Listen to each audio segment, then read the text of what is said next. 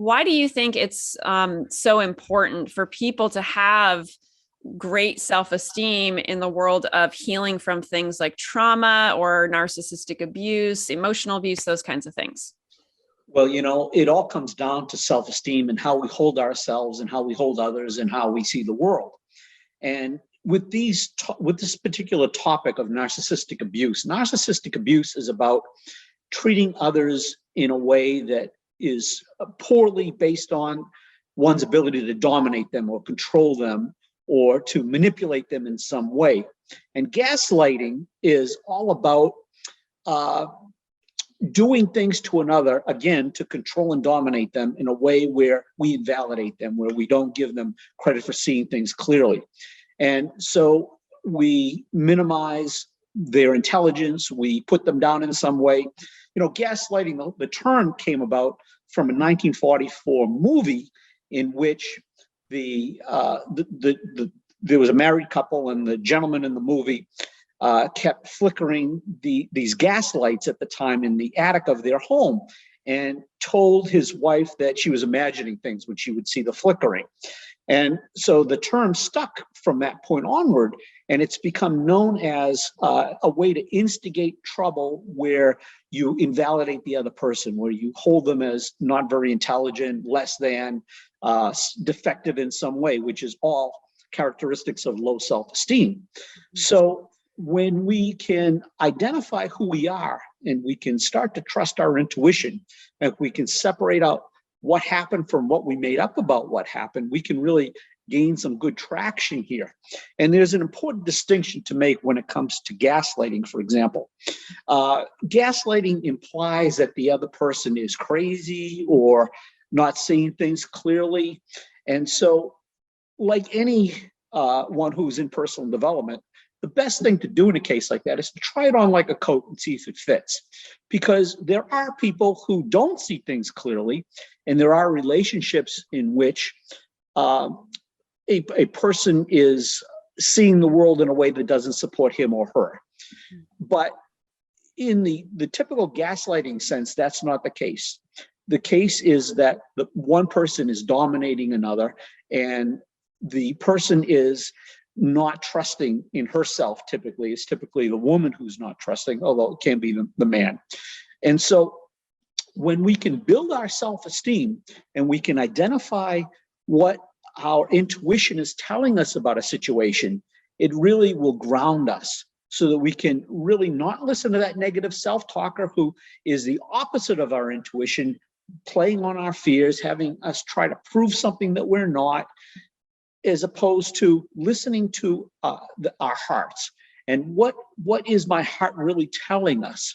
And so that's the foundation of building self-esteem such that we become 10 feet tall and bulletproof, where we're no longer at the effect of someone's control, manipulation, and bad behavior. Mm-hmm. Yes. Awesome. Thank you for talking a little bit about that, and also mentioning the origins of the word, because that is such an interesting way that it came about and stuck, and I think is used more and more these days than ever before. Let's talk, before we talk about how people can build that self-esteem, can you talk a little bit about what do you think the impacts of gaslighting are on one's self-esteem? What does it do to people? Well, it diminishes their self-esteem tremendously because they start to question themselves and they doubt themselves. And so they submit to the abuse. It's a form of abuse. And oftentimes it is narcissistic abuse, where the person who is gaslighting is thinking only of themselves. And so they've very cleverly, and not always consciously, but subconsciously often, they've created ways in order to control a situation or dominate a situation or avoid being dominated. So they lie about things, perhaps. They dispute the obvious.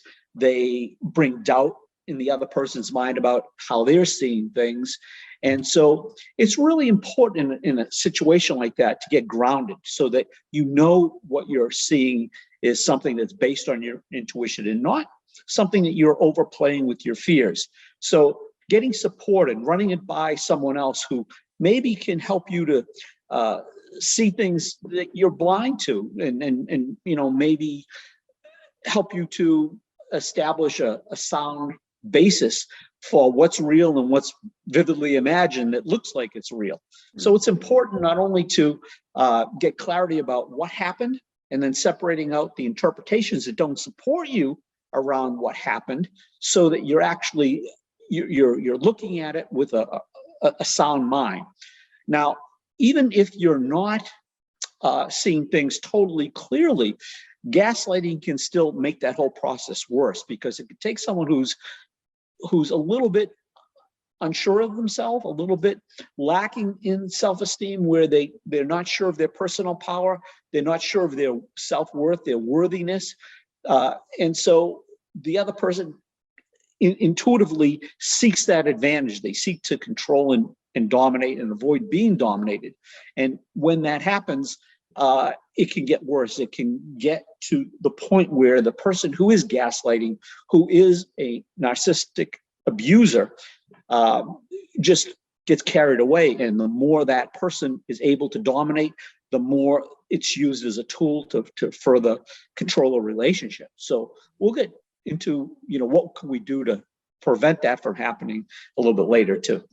Yeah. So interesting. And yes, and a lot of the research and stuff, right, that I've looked into around, not research studies, but just in looking at, different documentation of people in these kinds of relationships. Oftentimes, right, people talk about how someone who's more narcissistic or has more of those tendencies tends to be attracted to someone who does have low self-esteem, because it's going to make, right, those kinds of interactions easier for them to dominate, right? So it's very interesting. Yeah, that happens all the time, where a person with low self-esteem is not only more vulnerable to being attracted to someone who has a more dominant personality, because they feel like somebody likes me, somebody wants me in their life, and I don't feel that good about who I am as a person. So, I'm thrilled that someone is accepting me, even if that acceptance is based on domination and abuse and control. So the two often fit together, because if you have high self-esteem, you're not going to put up with the abuse. You're not going to put up with the constant mind games and the mental playing that goes on in that type of a relationship. So one of the things that's really important to do is to show people how they are to be with you, how they are to treat you. And so when we have high self-esteem, we don't put up with that kind of nonsense, and we don't react emotionally where we lose our personal power. We tell people in no uncertain terms that this is who I am, and this is how I'm going to be with people. And if you're someone who is bent on abuse or bent on control and manipulation and domination, then it's not going to be with me. So, take whatever supportive actions are necessary to get out of the relationship, or to train the person how they are to be with you. So again, it comes back to believing in yourself and listening to your intuition and knowing that you're acting soundly from a solid core, as opposed to being at the effect of what someone says and does. Because when we're at the effect of others' games, mind games, abusive language, abuse in so many ways, it can be financial, it can be sexual, it can be mental, it can be spiritual, it can be in any way that a person is able to dominate another person. So it's important for you to get clarity about what's going on first, so that you're not imagining things or buying into somebody else's domination. You're not doubting yourself when you know something is so. But to the same extent, the support is often necessary, because some people suffer from not seeing the world clearly. And based upon their childhood and the interpretations that they made early on in life, they've created something about themselves and about others and about the world that has them see things in a certain way and interpret things in a way that they did when they were 4 or 5 or 6 years old. So it's important for you to get clarity around, am I seeing things clearly? Because you might not see things clearly at times. And if you're with the person who gaslights you, they will take that and use that to their advantage and expand it to the times when you are seeing things clearly.